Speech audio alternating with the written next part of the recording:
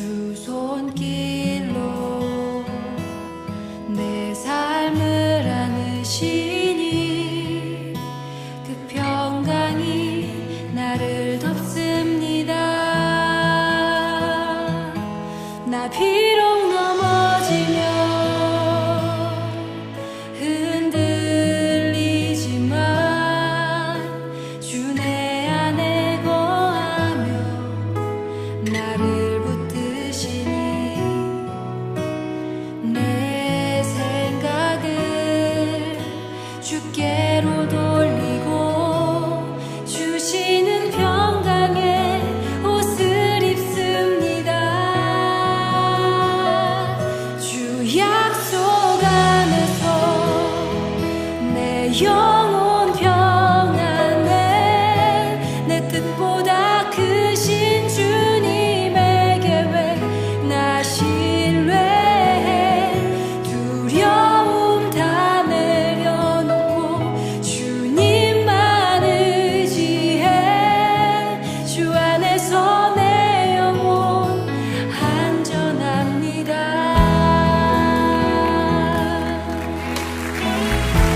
내 아버지 내 아버지 그 품 안에서 내 영혼은 안전합니다. 주 손길로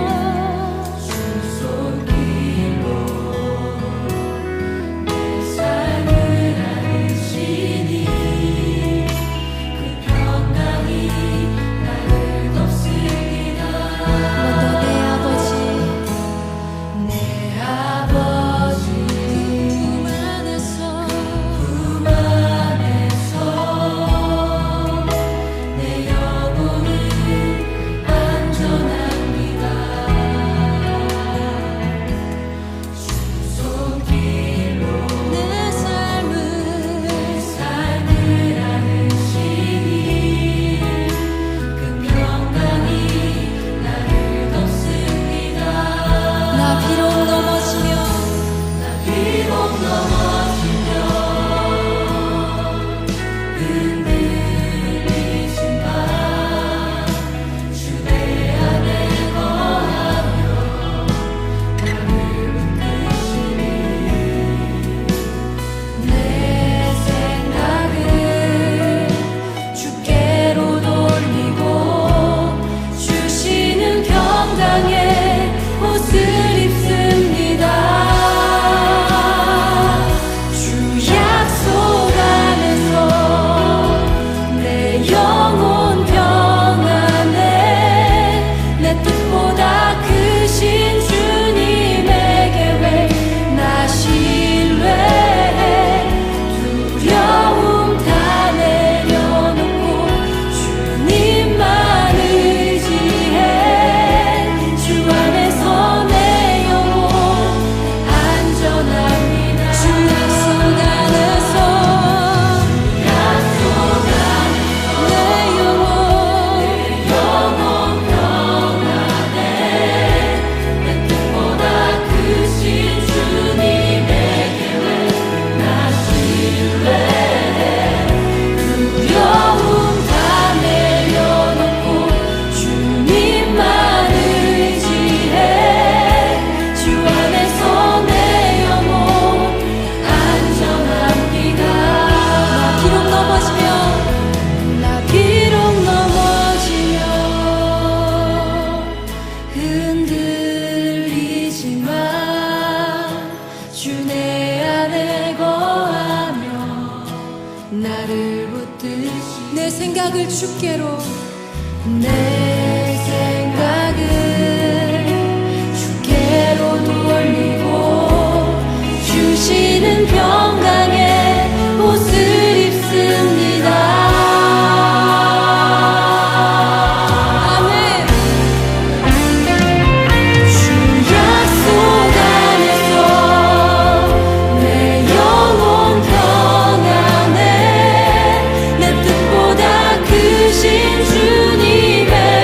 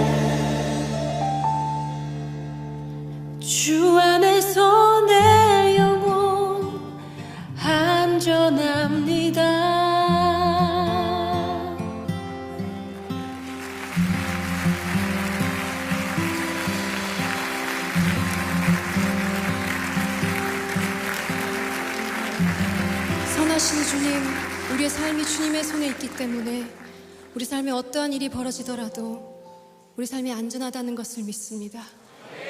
모든 것 아시는 주님께 우리의 삶을 온전히 드리기 원합니다. 우리의 두려움을 내려놓을 수 있도록 성령님 우리를 온전히 주장하여 주시옵소서. 아멘. 요한복음 4장 10절부터 14절. 예수께서 대답하여 이르시되 내가 만일 하나님의 선물과 또 내게 물 좀 달라 하는 이가 누구인 줄 알았더라면 네가 그에게 구하였을 것이요 그가 생수를 내게 주었으리라. 여자가 이르되 주여 물기를 그릇도 없고 이 우물은 깊은데 어디서 당신이 그 생수를 얻겠사옵나이까. 우리 조상 야곱이 이 우물을 우리에게 주셨고 또 여기서 자기와 자기 아들들과 짐승이 다 마셨는데 당신이 야곱보다 더 크니이까. 예수께서 대답하여 이르시되 이 물을 마시는 자마다 다시 목마르려니와 내가 주는 물을 마시는 자는 영원히 목마르지 아니하리니 내가 주는 물은 그 속에서 영생하도록 솟아나는 샘물이 되리라. 17절 18절. 여자가 대답하여 이르되 나는 남편이 없나이다. 예수께서 이르시되 내가 남편이 없다 하는 말이 옳도다. 너에게 남편 5이 있었고 지금 있는 자도 네 남편이 아니니 내 말이 참되도다.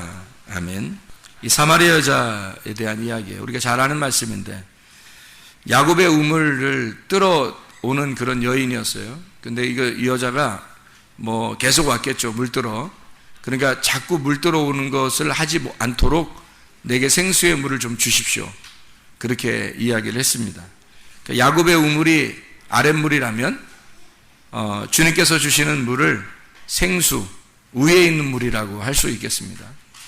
그래서 아래에 있는 물을 가지고 자꾸 뜨러오던 이 여자가 위의 물을 마시게 되면 영생한다는 말을 듣고 그 물을 먹고 싶다. 그 물 좀 나에게 주십시오. 그랬더니 예수님이 남편을 데려와라. 남편이 없습니다. 메시아가 오면 예배하는 것을 내게 좀 잘 알려줄 것입니다. 너하고 얘기하는 그 사람이 바로 메시아다. 그래서 이 메시아 사상을 가지고 있었던 여인에게 아랫물을 계속 뜨고 있었던 이 여인에게 위물이라고 하는 예수님 실체 자기 자신을 이 여자에게 보여준 그런 사건이에요. 이런 사건을 통해서 우리가 오늘 말씀을 같이 나눠보도록 하겠습니다. 위물과 아랫물이 합쳐지면 위물은 예수님이고 생수니까 아랫물이 야곱의 우물이란 말이에요. 이 두 개가 합쳐지게 되면 무슨 사건이 일어나요. 어떤 사건이 일어나냐면 심판이 일어납니다. 심판이 일어나는 그 날을 구원의 날이라고 그래요. 성경에서는. 그러니까 심판이 일어나는 날, 그날을 구원의 날이라고. 그래서 크고 두려운 날이 임하면서 또 이 날은 우리에게 구원을 주는 아주 행복하고 기쁜 날이 된다.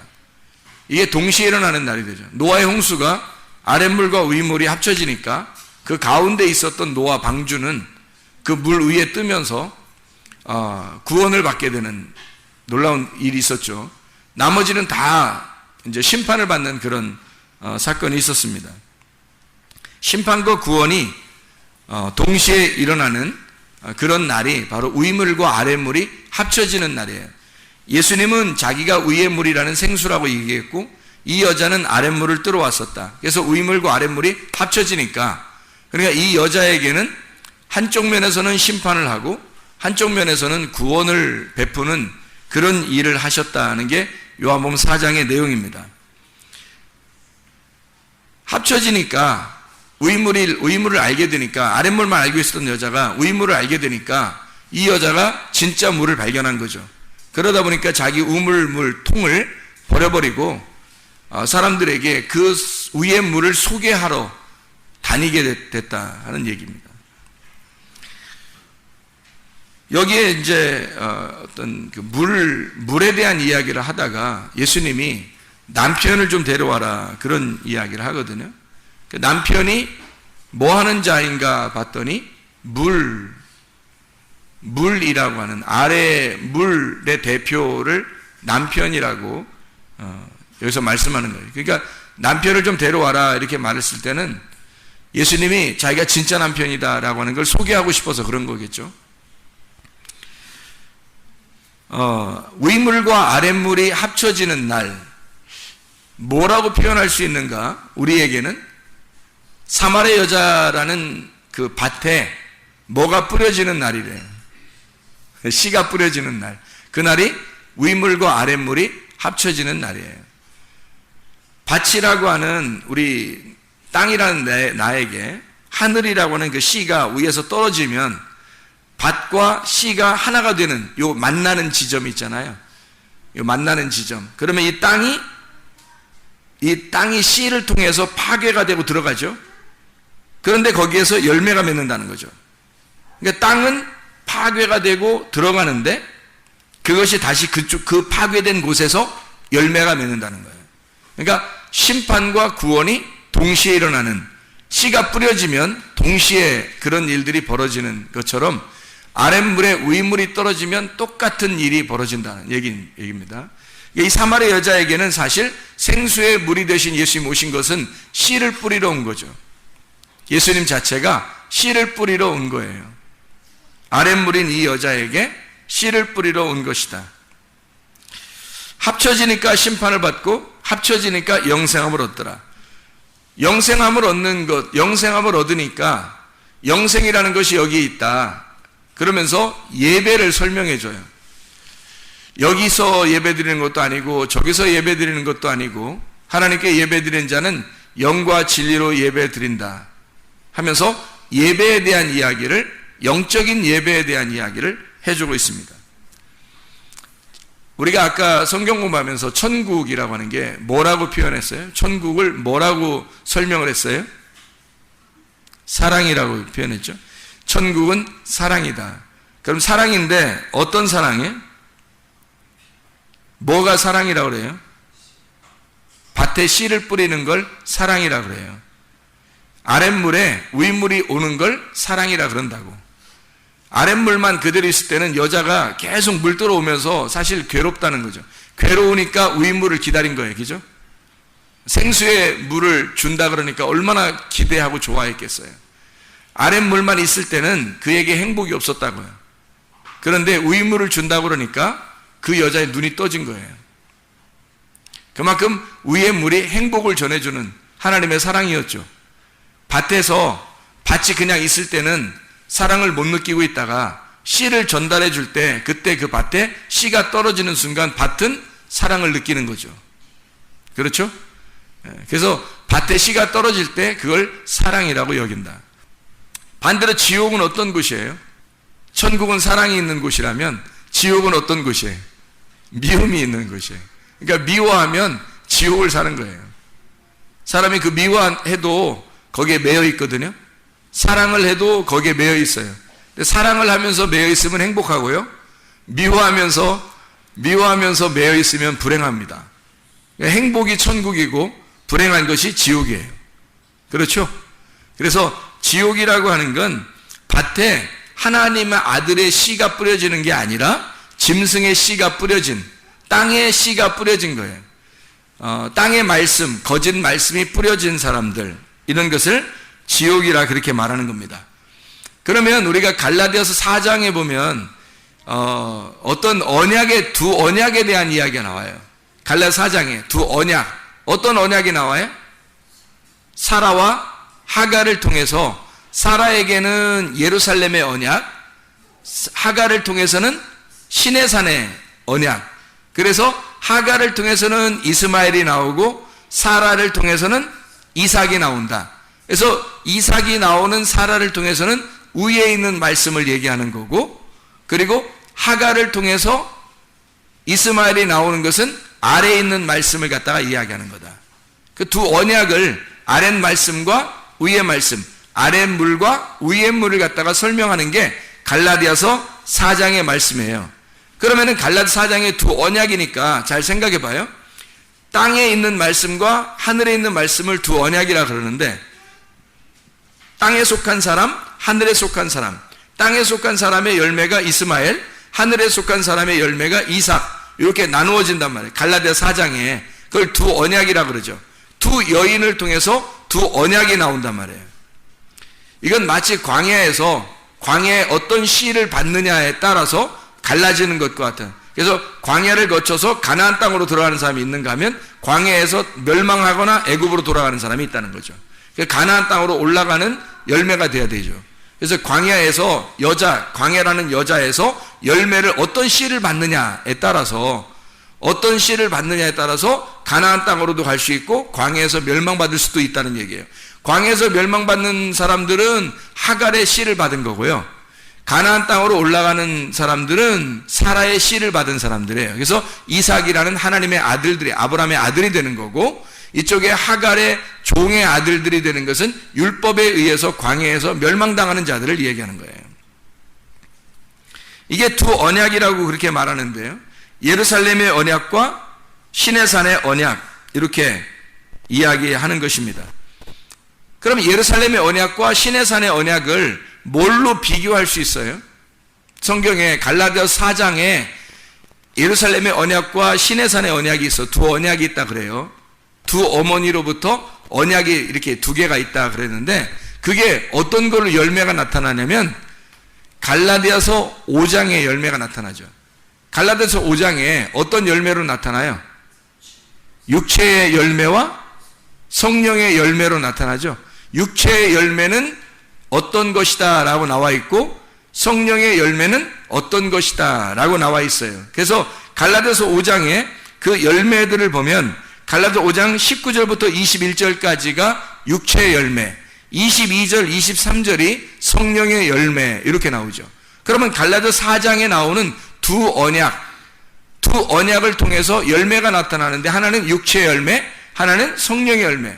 그러면 성령으로 난 자가 이삭, 육체로 난 자가 이스마엘이 되는 거죠. 그렇죠? 이스마엘이 둘 다 아브라함의 자손이에요. 둘 다 말씀을 가진 자들이란 말이에요. 둘 다 교회를 다니는 사람이고 예수를 믿는다고 하는 사람들 중에 하갈의 자손으로 이스마엘이 태어나는 자가 있고 사라의 아들로 이삭이 되는 자가 있단 말이에요. 두 언약이니까. 그러니까 말씀을 받은 자 중에 이삭이 되는 자가 있고 이스마엘이 되는 자가 있다는 거죠. 이스마엘이 되는 사람은 육체의 열매를 갖게 될 것이고, 이삭이 되는 사람은 성령의 열매를 갖게 될 것이다. 갈라디아서 5장 19절부터 21절에 육체의 일은 분명하니 곧 음행과 더러운 것과 호색과 우상 숭배와 주술과 원수 맺는 것과 분쟁과 시기와 분냄과 당 짓는 것과 분열함과 이단과 투기와 술 취함과 방탕함과 또 그와 같은 것들이라. 전에 너에게 경계한 것 같이 경계하노니 이런 일을 하는 자들은 하나님의 나라를 유업으로 받지 못할 것이요, 이렇게 되어 있거든요. 이게 특징이 뭐예요? 분리한다는 겁니다. 나누어진다는 거예요. 하나님으로부터 나누어졌어요. 그러니까 하나님의 나라를 유업으로 받지 못한다는 얘기가 무슨 말이냐면, 하나님의 나라라는 관역에서 떨어져 나간 자들이다, 이런 말이에요. 하나님의 나라라는 관역에서 떨어져 나가면 육체의 열매, 하나님의 관역으로 들어오면 성령의 열매가 되는 겁니다. 성령의 열매는 22절, 23절에 보니까 오직 성령의 열매는 사랑과 희락과 화평과 오래 참음과 자비와 양선과 충성과 온유와 절제니 이 같은 것을 금지할 법이 없느니라. 성령의 열매는 하나 되게 만드는 거잖아요. 사랑하죠, 화평하죠, 서로 연결하죠, 그리고 오래 참죠, 그리고 절제하죠. 이게 다 뭐 때문에 그래요? 하나 되려고 그러기 때문에 그런 거예요. 하나 되려는 사람들은 이 성령의 열매가 속에서 나타난다는 겁니다. 그런데요, 육체의 열매 가진 사람들은 이상하게 분리가 돼요. 나누어진단 말이에요. 이상하게 관역으로부터 떠나게 되고 나누어지는 것을 의미하는 거예요. 그런 사람은 하나님의 나라가 뭐예요? 예수 그리스도가 천국이고 그게 하나님의 나라거든요. 하나님의 나라에서 벗어나는 자가 되었다라는 말이에요. 그게 육체의 열매예요. 육체의 열매라는 건 언약 중에서 시내산 언약을 받은 육체라는 하갈을 통해 이스마엘이 되었다, 이런 열매를 가진 자는 관역으로부터 떨어져 나가 하나님의 나라를 유업으로 받을 수가 없다는 말이죠. 하나님의 나라를 유업으로 받을 사람들은 하나님의 나라와 하나가 된 사람이에요. 관역에 들어온 사람이고 연합된 사람이에요. 그러니까 성령의 열매를 가진 자들이죠. 이런 사람들은 하나님의 나라를 유업으로 받는 거죠. 자, 이것이 천국과 지옥에 대한, 지옥은 뭐 이렇게 우리가 볼 때 뭐 이상하게 악랄하게 생기고 뭐 이런 그런 곳이 아니라 마치 이것과 같아요. 빛과 어둠이라고 하는 곳에서 어둠이라는 거, 빛이라고 하는 게 열어졌다 이렇게 말하면 뭔가 열리지 않고 뭔가 답답하게 닫혀 있다라고 하는 걸 지옥이라 이렇게 볼 수가 있는 거예요.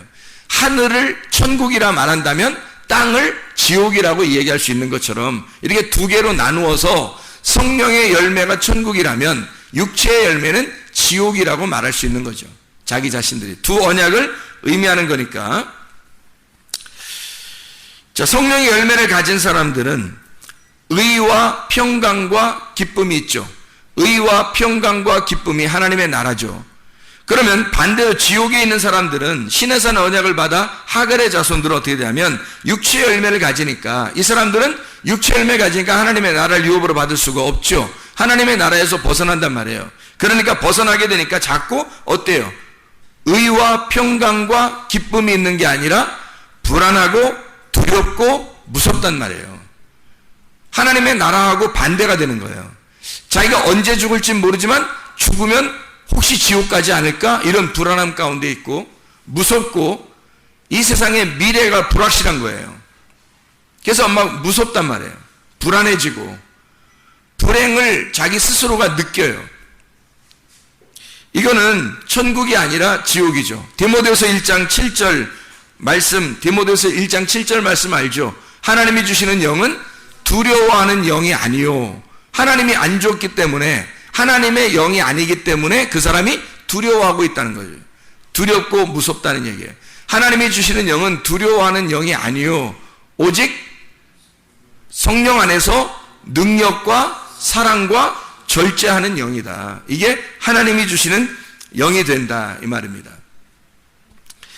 자, 우리가 성경을 이렇게 보면 특징적으로 보니까요, 성경 말씀이 무서운 말씀으로, 이 성경 말씀이 무서운 말씀으로 우리에게 다가오면 지옥이에요. 이 말씀이 우리에게 사랑스러운 말씀으로 다가오면 천국입니다.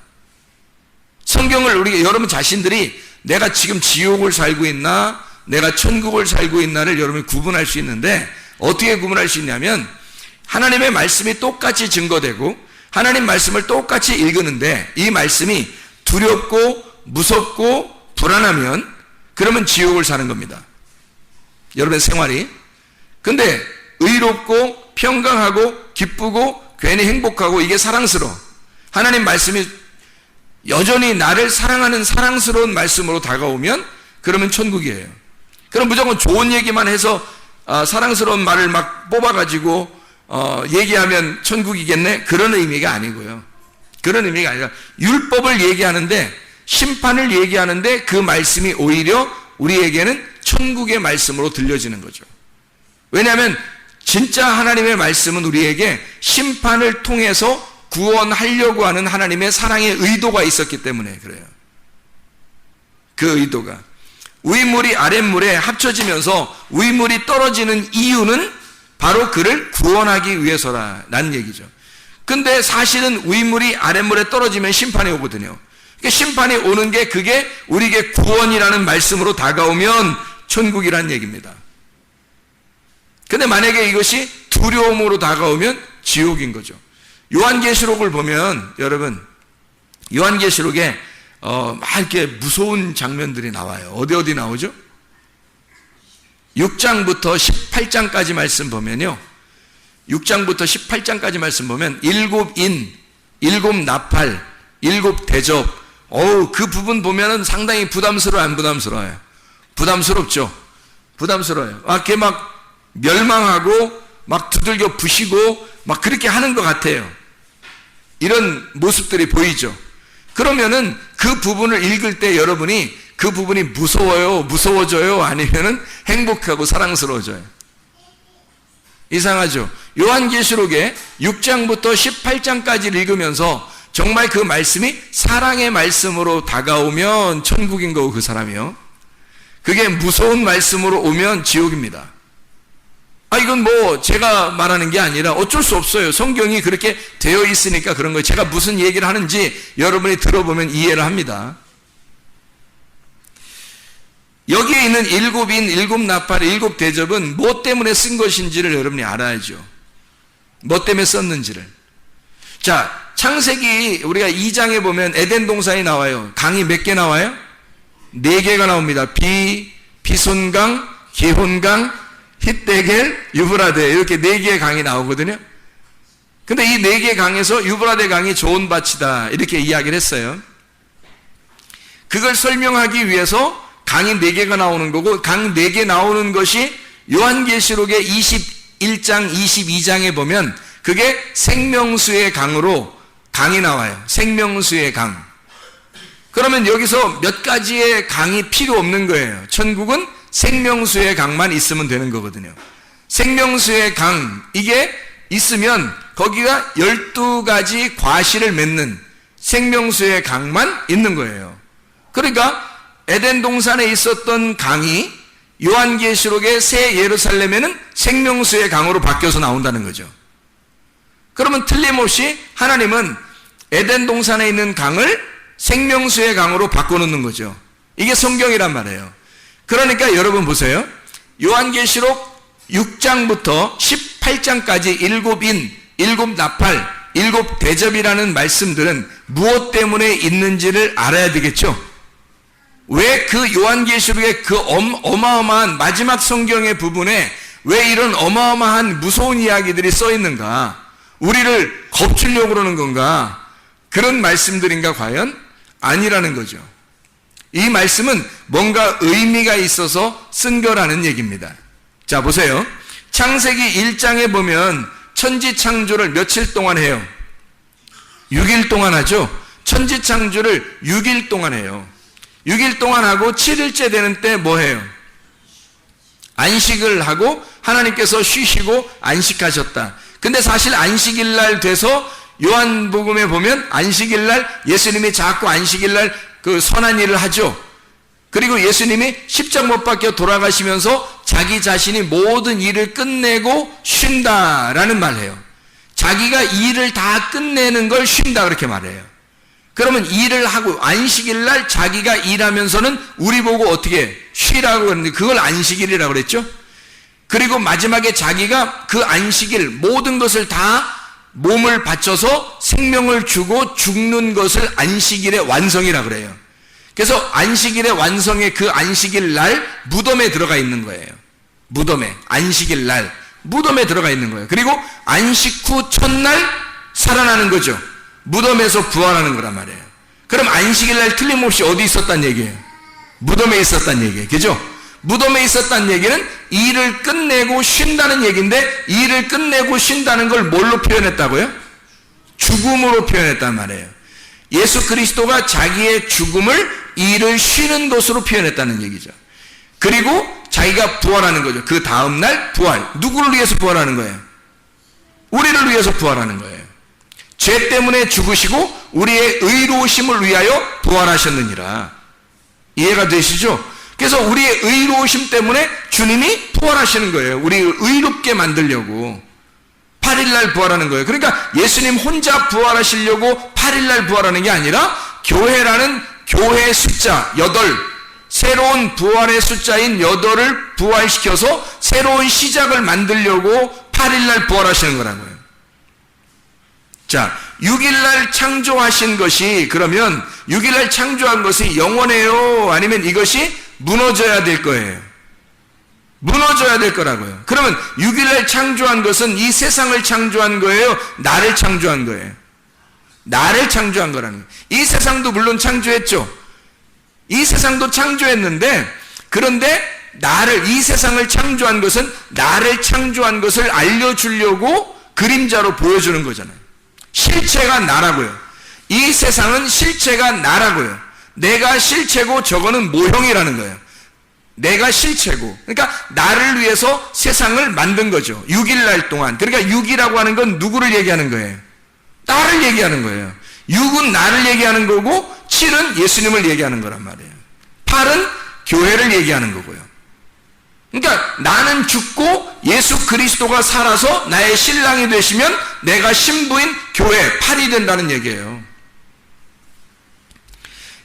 그래서 우리 천지창조의 유기를 어느 날 무너뜨려야 되겠다라고 성경에서 무너뜨려야 되겠다라고 성경에 쓴 게 뭐겠어요? 요한계시록 6장부터 18장까지라고요. 그러면 그 일이 좋은 일이에요? 나쁜 일이에요? 좋은 일이라는 거죠. 이렇게 성경을 깨닫고 좋은 일로 하나님의 사랑으로 받아들이면 그 씨가 심어진 말씀이 되는 거고, 그것이 무서운 말씀으로 다가오면 나를 파괴하는 말씀으로 다가오는 거란 말이에요. 그러니까 나를 파괴하는 것이 곧 나를 구원하는 건데, 나를 파괴하는 입장에서 보면 나를 죽이는 입장이니까 내가 지옥의 입장이 되는 거고, 나를 구원하는 입장으로 성경을 보게 되니까 나를 파괴시키는 것이 곧 나를 구원하는 거구나라는 것을 보게 되면 하나님의 사랑으로 느껴지는 거죠. 이게 하나님이 나에게 씨를 심기 위해서, 새로운 건축을 위해서 하나님께서 나를 부셔버리고 무너뜨리기 위한 하나님의 말씀이구나라는 것을 깨닫게 되는 거죠. 어렵지 않죠. 요한계시록 6장부터 18장까지의 말씀은 그래서 마태복음 24장 2절에 옛 성전을 돌 하나도 돌 위에 남지 않고 다 무너뜨려지겠다라고 하나님이 언약한 그 말씀을 이루시는, 내가 너를 파괴하겠다라고 하는 거, 그 너가 누구냐면 요한복음 2장 21절에 예수 그리스도가 내가 성전이니 나를 무너뜨려라, 내가 3일 만에 저 성전을 지을 것이다 라고 하는 것은 예수 그리스도 그 살아있는 그 육체를 설명한 것이다. 3일 만에 그가 부활할 것이다 라고 하는 것을 자기가 자기를 설명하는 것이다 라고 이야기하는 거죠. 누구 때문에 예수님이 오셨다고요? 나 때문에. 그러니까 누가 무너져야 된다는 걸 얘기하고 싶어서 주님이 죽으시는 거예요? 내가 죽어야 되는 걸 알려주기 위해서 주님이 죽으시는 거잖아요. 그러니까 그 성전, 옛 성전은 누구를 말하는 거라고? 예수님. 그 옛 성전은 예수님인데 다 무너져야 할 예수님. 그럼 그건 누가 무너져야 할 거란 얘기? 내가 무너져야 할 거. 그 내가 무너져야 할 건 옛 성전이니까 이게 옛 세상이란 말이에요.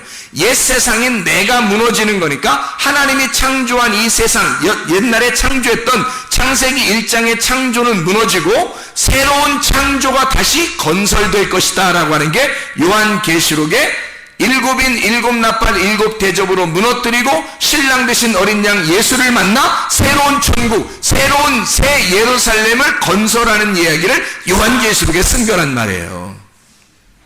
그러니 이 온통 이 말씀들은 다 누구에 대한 말씀이에요? 예수 그리스도, 나에 대한 말씀이라고요. 예수 그리스도가 나를 통해서 왔잖아. 나에게 왔잖아. 나를 위해서 왔잖아요. 나라는 세상에 왔다고요. 그래서 온통 나라는 세상을 바꾸어 놓는 말씀이 성경이라고요. 이렇게 성경을 보게 되면 이 성경은 굉장히 사랑이 넘치는 성경이 되는 거죠. 이렇게 사랑이 넘치는 성경으로 깨달아진 사람은 천국을 사는 것이고요. 이게 깨달아지지 않으면 자기가 늘 불안하고 무섭단 말이에요. 그러니까 지옥을 살 수밖에 없는 거죠. 옛 창조, 옛 성전은 무너지고 새로운 창조, 새로운 성전, 새 예루살렘이 건축된다라고 하는 것을 이야기하는 것입니다. 요한복음 4장에 5 남편을 두고 마지막 집에 있는 그 6번째 남편을 가지고 있는 이 여자, 그 여자에게 예수님이 등장한 겁니다. 그러면 5 남편과 6번째 지금 집에 있는 것도 라고 왜 예수님이 이렇게 나누어서 얘기했을까요? 사마리아 여자가 분명히 요한복음 4장에 저는 남편이 없어요 라고 했거든요. 그러면 예수님이 우리 같으면 보통 사람을 찔러주거나 그렇게 하지 않고 좀 착한 척 하면서 좀 좋은 말로 슬슬 넘어가듯이 얘기하고 말 겁니다. 그죠? 근데 예수님은 그렇지 않아요. 콕 집어서 얘기했어요. 콕 집어서 너 남편 5명 있었는데 지금 있는 남편도 네 남편이 아니다. 이렇게 콕 집어서 왜 이렇게 나누어서 설명을 했을까?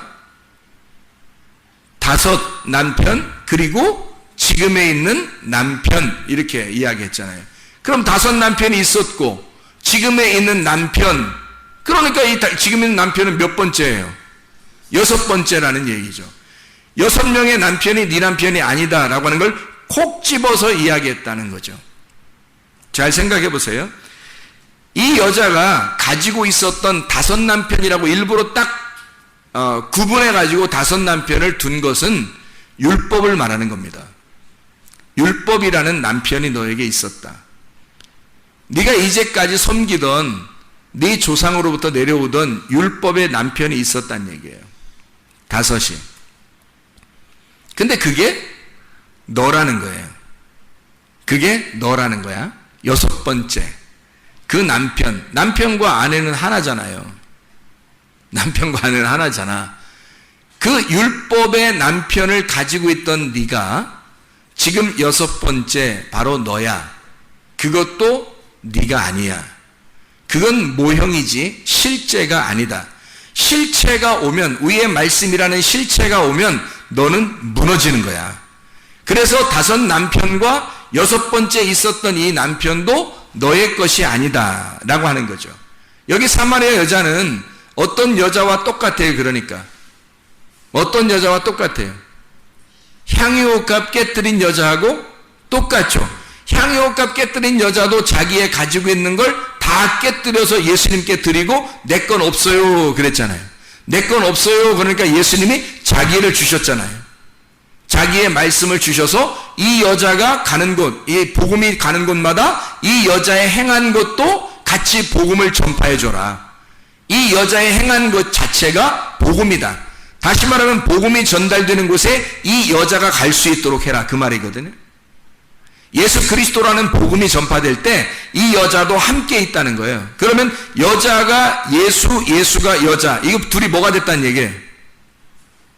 예수의 씨를 받은, 남편의 씨를 받은 아내가 됐다는 얘기예요. 둘이 하나가 됐다는 얘기야. 이 사마리아 여자에게 지금 예수님이 와가지고 뭐 하고 싶다는 거예요? 내가 너의 남편이 되고 싶다는 거예요. 남편이 된다는 얘기는 내가 너를 사랑하고 싶다는 거예요. 내가 너를 사랑하고 싶다는 건 뭘 주고 싶다는 얘기야? 씨를 주고 싶다는 얘기야. 그럼 씨를 주면 너는 내가 씨를 주는 자고 너는 씨를 어떻게 해? 받는 자가 되어야 된다는 거죠. 내가 씨를 주고 너는 씨를 받는 자. 내가 씨를 주고 너는 씨를 받아. 씨를 주고 씨를 받는 이것을 천국이라 그런다고. 씨를 전달하면 씨를 받는 사람이 있을 거 아니에요. 그러면 하나님의 말씀이 전달되고 하나님 말씀이 전달되면 받는 자가 있는 그것을 천국이라 그런다고요. 성경에서는 천국을 어떤 장소의 개념으로 하지 아니하고 이게 천국, 이것이 씨가 있는 곳, 이게 천국이라고요. 그래서 예수님 마태복음 13장에 뭐라고 그래요? 천국은 마치 씨, 겨자씨, 누룩, 보화, 그물 같으다. 이게 천국이다. 천국은 어떤 장소를 얘기한 게 아니란 말이에요. 씨가 있는 곳, 씨가 있는 것, 이게 천국이다. 예수님이 사마리아 여자에게 지금 씨를 전달해주는, 의의 물을 전달해주는 것은 다시 말하면 뭐를 갖다가 안겨준 거예요?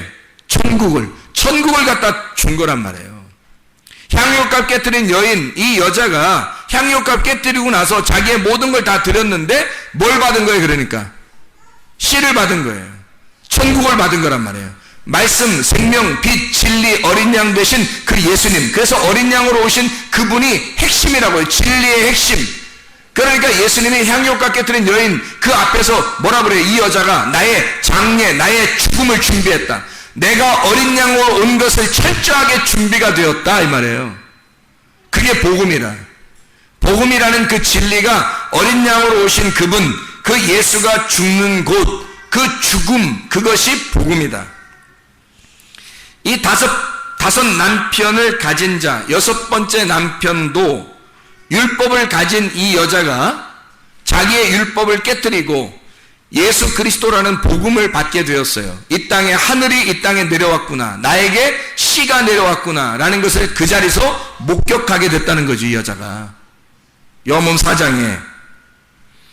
이랬을 때 이 여자가 어떻게 해서 이 여자가 씨를 받게 되었는가 라고 하는 얘기입니다.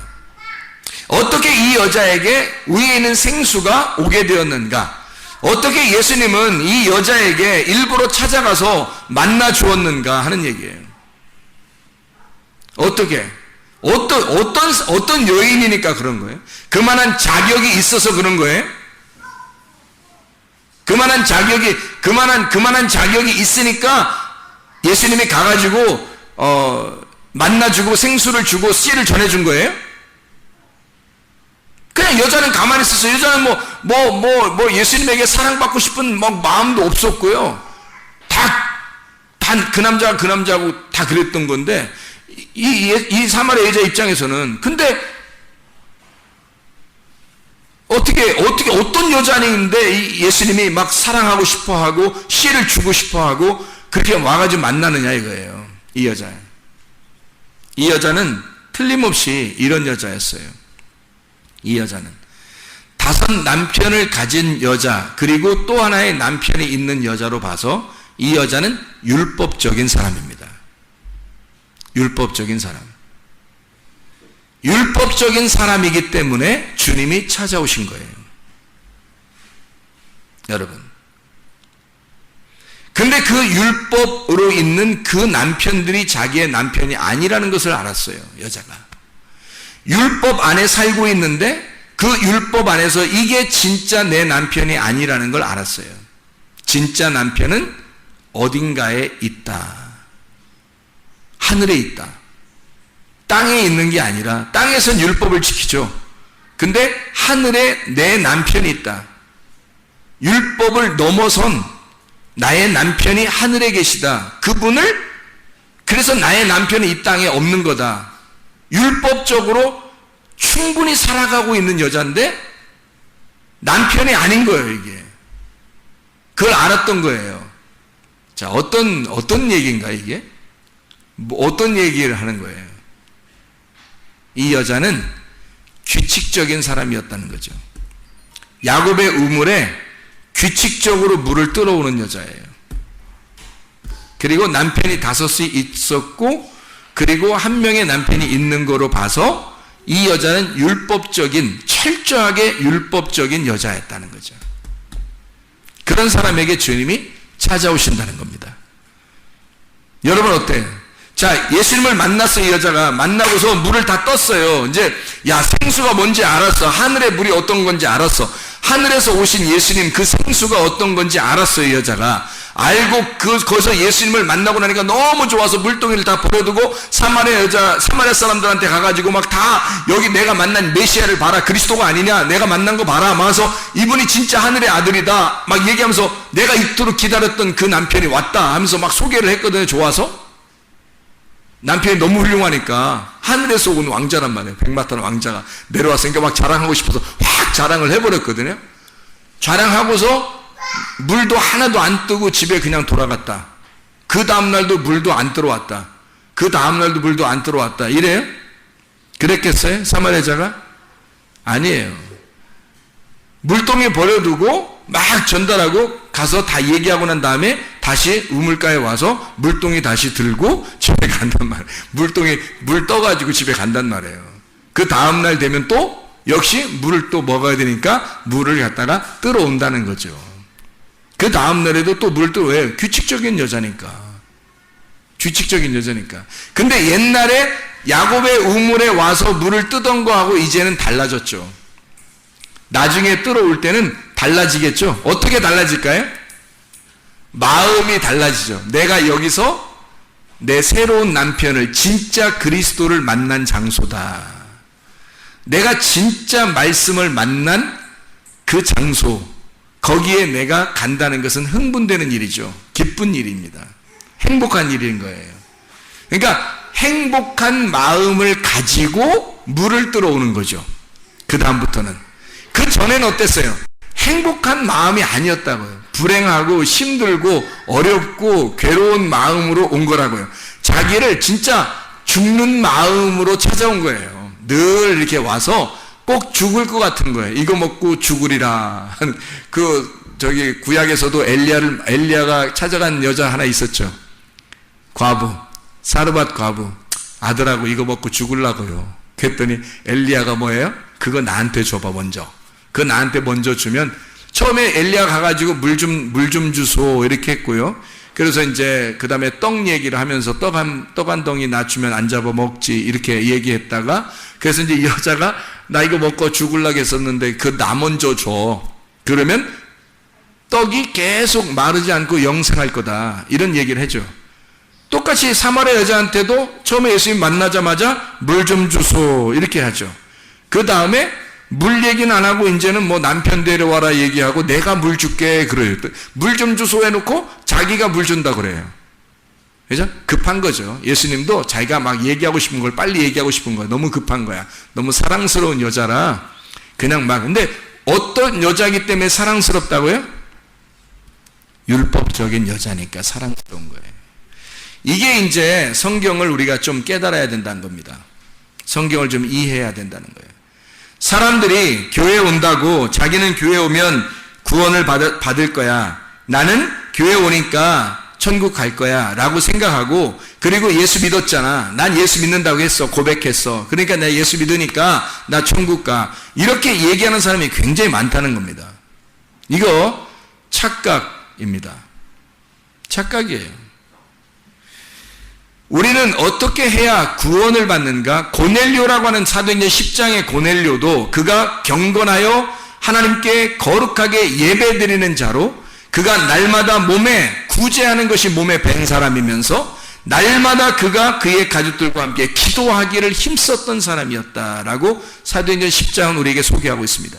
그랬기 때문에 베드로에게 환상을 보여주면서까지도 내가 이를 거룩하게 만들었으니까, 내가 정결하게 만들었으니까 네가 가서 복음을 증거하여 그가 예수 믿게 해라 라고 베드로를 보내주잖아요. 어떤 사람에게? 고넬료 같은 사람에게. 사마리아 여자, 이 여자가 율법적으로, 그가 율법적인 하나님의 말씀을 지켜 살았던 사람이기 때문에 그 여자를 주님이 찾아오신 거예요.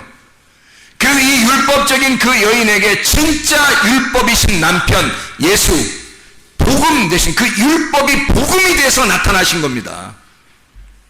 아래에 있는 말씀 율법만 알고 있었던 이 여자에게 위에 있는 율법, 위에 있는 복음을 갖다가 전달해 주기 위해서 오신 분, 그가 예수라고요. 그가 진짜 남편, 새로운 남편을 위해서 오셨다고요. 그러니까 이 여자는 그냥 얼렁뚱땅 살던 여자가 아니란 말입니다. 교회에 다니면서 여러분이 규칙적이지도 아니하고 예배 드리지도 아니하고 기도도 규칙적으로 하지도 아니하고 율법적으로도 하지 아니하고 이렇게 산다. 율법에 의해서 구원받는다는 의미가 아니에요. 제가 그런 의미가 아닙니다.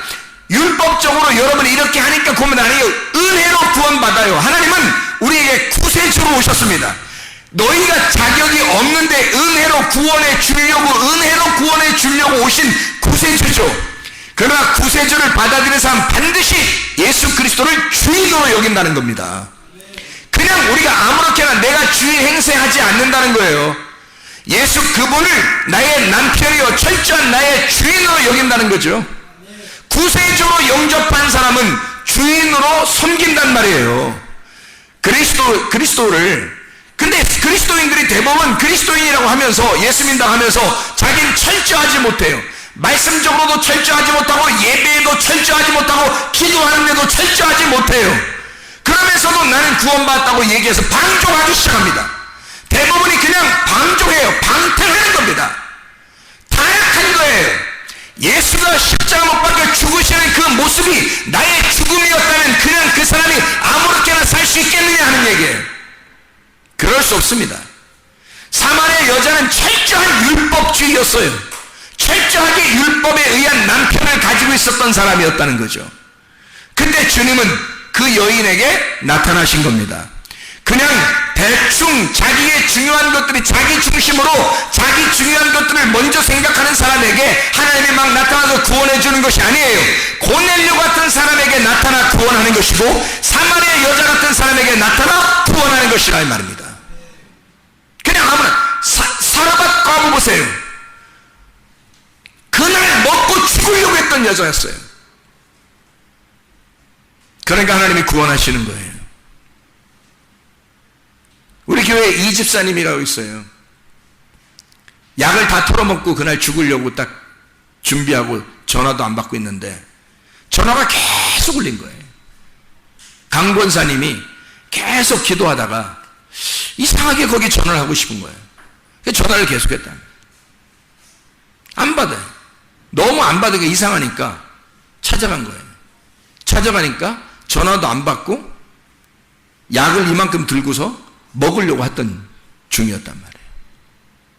그날 인생이 사는 게 뭐냐 해서 딱 그때 문을 두드리고 들어간 거죠. 그리고 그날 우리 교회를 나오게 된 거예요. 우리 교회를 나오게 돼서 예수를 영접했네. 너무 예수님이 좋아서, 예수님이 너무 좋아서 철저하게 예수님을 지금 사랑합니다. 하나님 말씀을 얼마나 사랑하는지 몰라요. 얼마나 기도하는지 몰라요. 틈만 나면 기도하고 틈만 나면 교회 오고요. 얼마나 교회를 사랑하는지 몰라요. 주님을 사랑하는지 몰라요. 얼마나. 자기가 인생을 그렇게 끝장을 내버리고 싶을 만큼 자기에게 마지막이라고 생각했던 그 사람들에게 하나님은 관심을 갖는다고요. 사르밧 과부가 그랬죠? 우리 교회 이 집사님도 그랬죠? 하나님에 대한 걸 전혀, 이 여자가, 사마리아 여자가 율법적으로 굉장한 여자였어요. 근데 자기는 늘 불안하고 괴롭고 힘들었어요. 이 남편 때문에, 그 남편 때문에 너무 힘들어 죽을 지경이었던 거예요. 주님이 찾아오신 겁니다. 이 사람에게. 그렇다면 여러분, 우리가 그냥 뭐 대충 나 이렇게 있다 보면 하나님 만나서 총가겠지, 그런 거 아니란 말이에요. 성경은요. 성경은 그런 게 아니에요. 사생 결단하는 사람들 있잖아요. 진짜 생사를 오락가락하는 사람들 있잖아요. 그런 사람들이 주님께서 관심을 갖기 시작해요. 그런 사람들이. 그럼 여러분이 철저하게 교회에 나오면 철저한 율법, 철저히 하나님 말씀 중심의 사람이 되어야 된다는 거예요. 교회 중심의 사람이 되어야 된다는 거예요. 이게 하나님 중심의 사람이 돼서 내가 오로지 하나님 중심, 율법, 이 말씀의 중심, 교회 중심, 그래서 이것 자체가 너무 중심적이고 너무 규칙적이어서 이 사람을 사람들이 볼 때 너 율법주의 아니야? 라고 할 정도의 사람. 그래서 그 이 말씀 중심, 교회 중심, 하나님 중심 때문에 아주 죽을 지경인 사람에게 주님은 나타나신다고요. 이게 그런 사람에게. 그냥 막 놀고 먹는 사람에게 하나님이 나타나시겠냐고요. 아니라고. 그건 아니라고. 성경은 아니라고. 그건 아니라고요. 성경 어디에도 그런 사람들을 구원했다고는 말이 없어요. 하나님은 철저한 사람들에게 진짜 하나님의 율법 안에 찌들어 있는 자들을 주님이 만나신다고요. 정말 규칙적인 사람, 규칙적인 성경 읽기, 규칙적인 기도, 규칙적으로 예배 드리는 이런 사람들에게 하나님은 은혜를 누릴 수 있도록 만들어 주신다. 율법을 통해서 은혜를 누리게 만들고, 하나님은 인간의 삶에서 규칙을 정해놔요. 이 규칙을 정해놓은 이 규칙을 철저하게 지키게 함으로써 은혜를 누리게 만들어요. 제가 이것을 왜 이렇게 생각을 하게 됐냐면요, 이거를 주님을 생각을 해봤어요. 건강을 생각해보고 주님을 생각해봤어요. 그랬더니 건강이라는 게 다른 게 없더라고. 여러분, 의사 만나면 의사들이 여러분 건강할 때 건강을 지키세요, 그런 말 하죠. 그리고 건강이 이제 안 좋아졌어요. 그럼 이제 병원에 가서 의사를 만나면 의사가 뭐라 그래요? 아이고, 미리 건강 좀 잘 지키지 그랬어요. 이제 앞으로 이렇게 하세요 라고 해요. 뭐라고 그래요? 약간의 치료를 해주고, 그리고서 어떻게 살으라고 그래요. 어떻게 살으라고 그래요? 규칙적으로 운동하고, 규칙적으로 식사하고, 식사도 조심해서 먹어야 될 것과 먹지 말아야 될 것을 잘 구분해서 드세요. 그리고 운동을 꼭 하세요. 그런 말 해야 안 해요? 하죠? 그게, 여러분 보세요. 운동하는 사람들 보면, 운동을, 자, 아침에 한 5시간 운동했어. 새벽부터 5시간 운동하고, 그 다음에 한 달 쉬었어. 응? 운동을. 그리고 그 다음에, 운동 좀 해야지. 그래 놓고, 하루에 한 10시간 운동했어요. 그 다음에 또 한 2달 쉬었어. 그 다음에 또 하루 운동 어째 열심히 막 땀 패질패질 하면서 운동을 열심히 했어. 그 식은땀에 그거. 힘들어서. 막 운동하고, 그 다음에 한 3달 쉬었어요. 그러면 건강해질 수 있을까요? 아니에요. 꾸준히 규칙적으로 하루하루 율법적으로 운동을 해줘야 건강한 것입니다. 하루에 1시간이면 1시간, 2시간이면 2시간 규칙적으로 그 시간에 맞추어 운동해야 되는 거예요. 밥 먹는 것도 시간을 하나님이 정하신 거예요. 성경에서도 아침 저녁으로 식사를 하도록 되어 있습니다. 성경에서도 아침 저녁으로 식사를 하게 되어 있어요. 딱 정해진 거예요. 하나님이 정하신. 그래서 어떤 사람이 오늘 밥 먹고 한 3일 쉬었다가 그 다음날 또 밥 먹고 한 5일 쉬었다가 이렇게 할 수 없는 거예요. 할 일이 너무 바빠가지고 하루 먹고 며칠 쉬고 안 먹고 있다가 다시 또 하루 먹고 이렇게 할 수 없는 거예요. 밥은 아침 저녁으로 규칙적으로 먹어줘야 된다는 겁니다. 왜 그렇게 해요, 여러분? 아니 뭐 건강 상관없으면 여러분이 아무렇게나 밥 먹지 뭘 그렇게 똑같이 이렇게 밥을 먹으려고 해요? 생각을 해보시라고요. 누가 만드신 거예요? 하나님이 만드신 거예요. 제가 건강을 생각해보고 하나님 말씀을 생각해보니까 아하, 하나님 말씀도 똑같겠구나. 하나님 말씀도 하나님이 이런 규칙과 율법을 통해서 사람들에게 건강하도록 하나님이 건강을 유지하는 방법을 똑같은 규칙을 정해서 그대로 하는 사람들에게 건강하도록 만들어 놨다는 겁니다. 똑같이 그 시간에 밥 먹는 것과 똑같이 그 시간에 운동하는 것을 통해서 하나님은 그 사람을 건강하게 만들어 놨다는 거예요. 그걸 누가 만들었냐면 하나님께서 그렇게 우리의 몸을 그렇게 만드셨다는 거예요. 하나님이 하물며 영적인 이런 건강을, 영적인 은혜를 우리에게 주시려고 하는데 하나님이 이런 하나님의 말씀의 율법 중심의 사람이 아닌데도 하나님 말씀의 중심의 사람, 내가 율법의 중심이라고 하는 것은 말씀 중심을 얘기하는 겁니다. 교회 중심을 얘기하는 거고 하나님 중심의 사람을 얘기하는 거예요. 이걸 율법적으로 그렇게 규칙적으로 사랑하고 규칙적으로 말씀을, 규칙적으로 교회를, 규칙적으로 하나님을 사랑하지 않는 사람에게 은혜라는 건강을 주시겠느냐 이 말이에요. 아니라는 거죠. 하나님이 우리의 몸을 만드실 때 이렇게 건강하도록 만들어 놓은 규칙이 있는 것처럼 하나님이 우리에게 은혜를 베풀어 주실 때는 하나님의 규칙이라는 게 있다는 거죠. 그 규칙을 정해놓고 그대로 행하는 사람에게 은혜를 베풀어 주시고 그 사람이 은혜를 누릴 수 있도록 영적인 건강을 허락해 주신다는 겁니다. 그냥 아무에게나 영적 건강을 주시는 게 아니에요. 아무나 교회 그냥 대충 이렇게 나왔다 안 나왔다 이렇게 한다고, 성경 읽었다 안 읽었다, 설교 들었다 안 들었다, 어떤 기분 좋았다 안 좋았다 한다고 해서 그냥 아무렇게나 은혜 베풀어 주시고 그러는 게 아니라는 것입니다. 어느 날 쓰러져요. 건강이 속에서 무너지고 있었기 때문에 쓰러진다고요. 몸도 마음도 이게 쓰러진단 말입니다. 사람이 규칙적으로 운동하지 아니하고 규칙적인 식사를 하지 아니하면 이게 쓰러진다고요. 이해가 되십니까?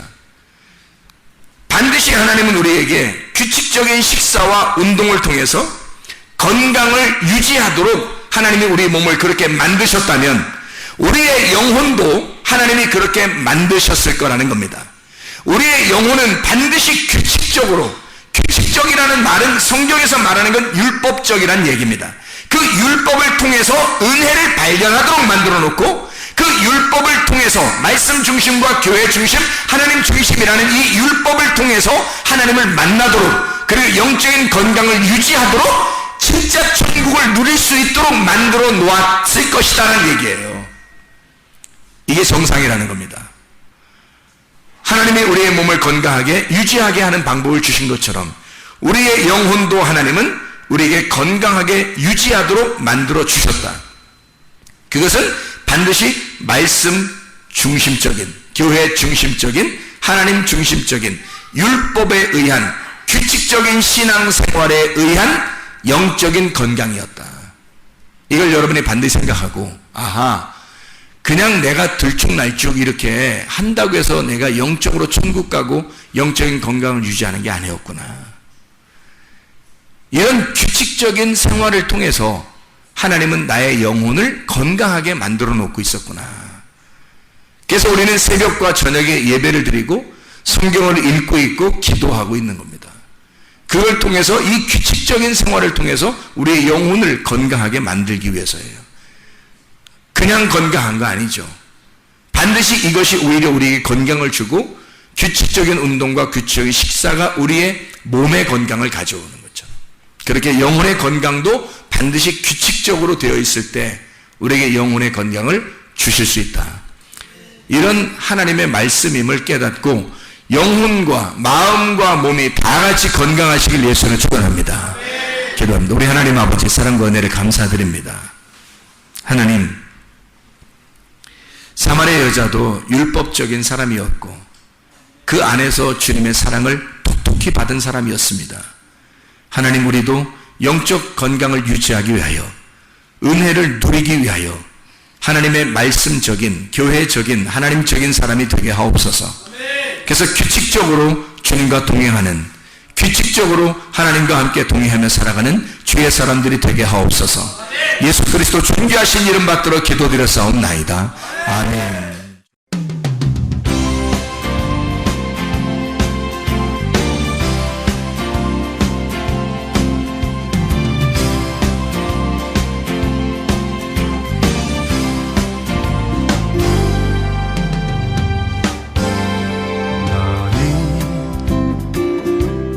너머로 뻗은 나무 가지에 푸른 열매처럼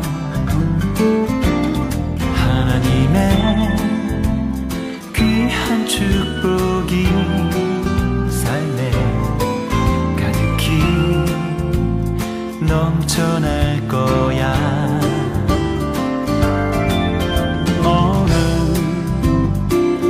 어떤 시련이 와도 능히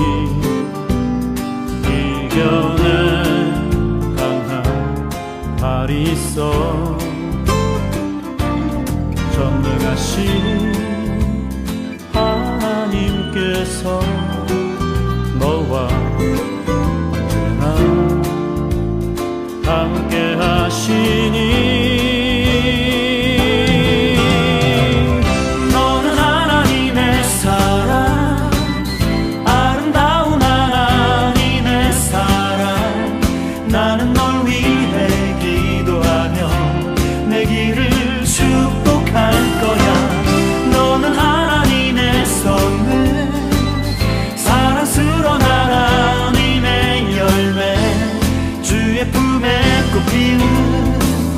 나무가 되어줘.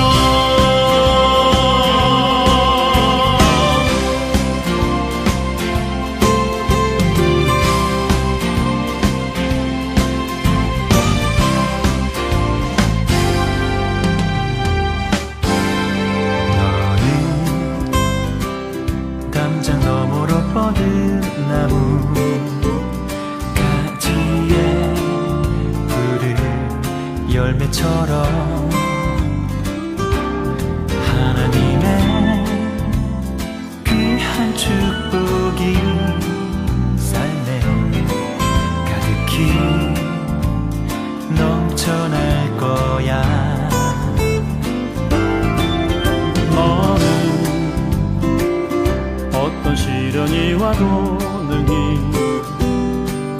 이겨낸 강한 발이 있어.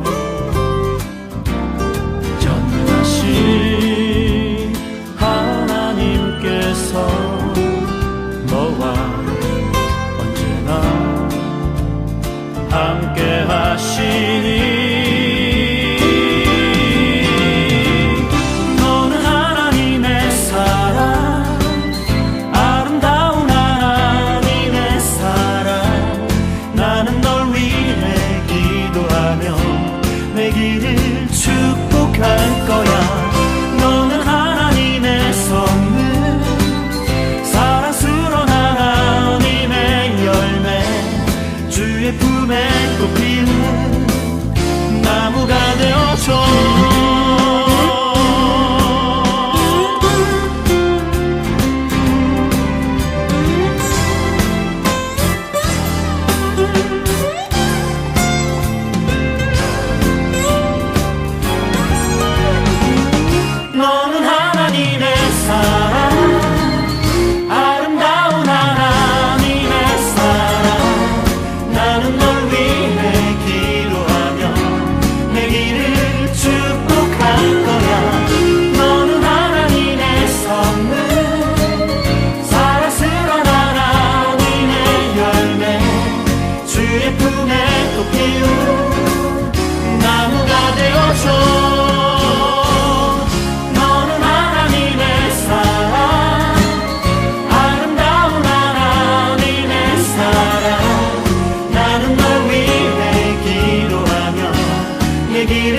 축복